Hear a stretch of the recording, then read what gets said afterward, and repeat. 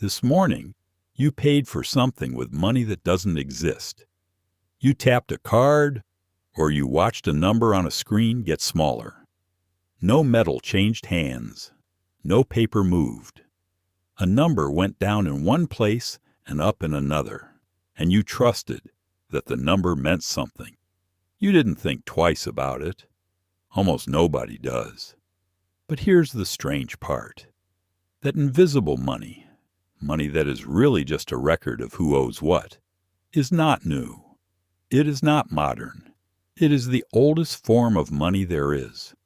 Your ancestors were already living in debt more than 5,000 years ago, before a single coin had ever been struck, before anyone had melted gold into something you could bite.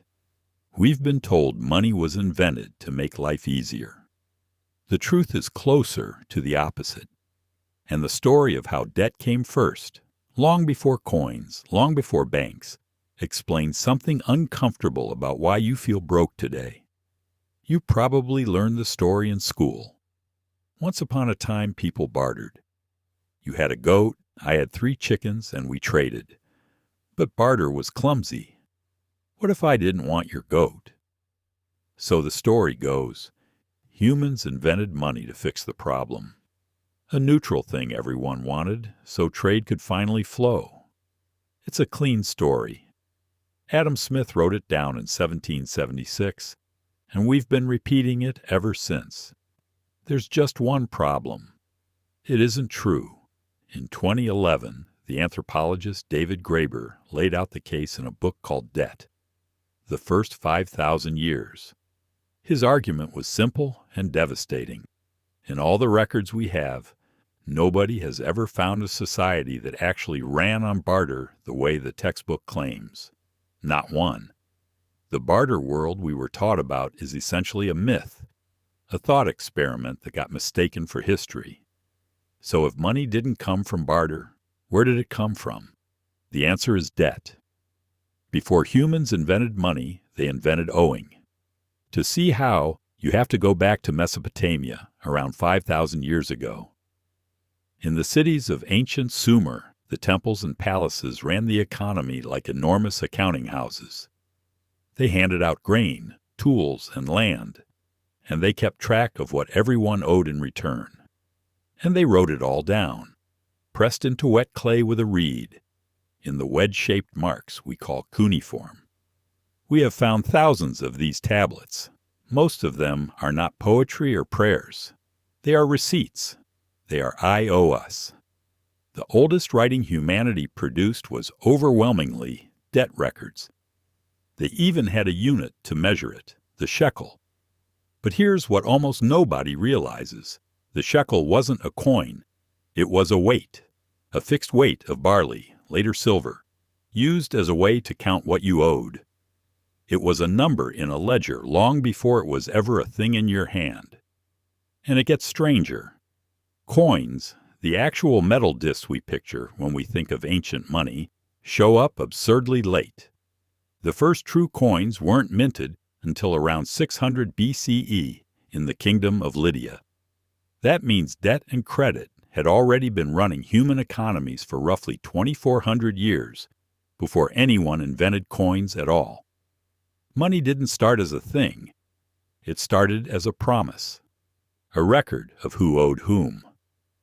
In 1913, a banker named Alfred Mitchell Innes argued exactly this in a now famous essay. Money, he wrote, was never really gold or silver. Money is credit. It's a measure of debt. The coin was just one way to carry the I owe you around. But there was a darkness inside this system from the very beginning. Because once you can record a debt, you can let it grow. And debts, unlike crops, do not stop growing. A bad harvest, a sick animal, a single hard year, and a farmer could fall behind. The debt compounded.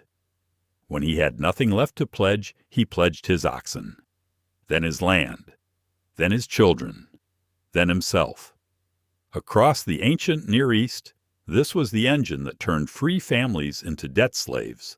Not war, not conquest, arithmetic.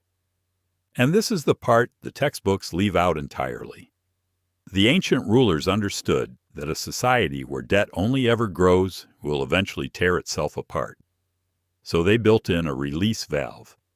Every so often, at the start of a new king's reign or in a moment of crisis, they would simply cancel the debts, wipe the tablets, free the bondservants, return the seized land.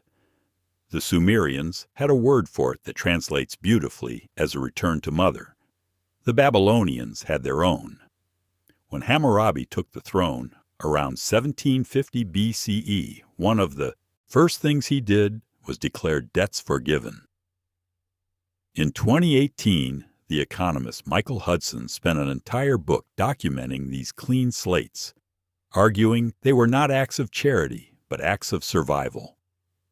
The reset was the maintenance. It was how a debt-based society kept from collapsing under its own ledgers. And then, somewhere along the way, we kept the debt and deleted the reset. So look again at that number on your screen. We tell ourselves that modern money is the most advanced it has ever been. Digital, instant, global. But strip away the apps and the metal and the paper, and what's left is the exact same thing the Sumerians pressed into clay. A record of who owes what. Money was never a substance. It was always a promise. And it's more literal than you think. In 2014, the Bank of England published a paper that quietly confirmed something most people never learn. The vast majority of money in the modern economy isn't printed by governments at all. It's created by ordinary banks out of nothing the moment they make a loan. The number that appears in your account when you borrow didn't come from a vault. It was conjured as a debt, exactly like a Mesopotamian tablet, just faster. We didn't escape the 5,000-year-old system. We rebuilt it at planetary scale. Same logic, same compounding, same quiet machine turning ordinary people into people who owe. We just left out the one part our ancestors thought was essential. The people who invented debt also invented mercy for it. They built a release valve into the system because they had watched, generation after generation, what debt without limits does to a society. They knew the math always wins in the end, unless someone chooses to stop it. We inherited their debt. We perfected it. And then we threw away the part that let people start over. So when you feel like you're running on a treadmill that only ever speeds up, like the number is always slightly ahead of you, no matter what you do, understand that the feeling is not a personal failure. It's a design, a 5,000-year-old design.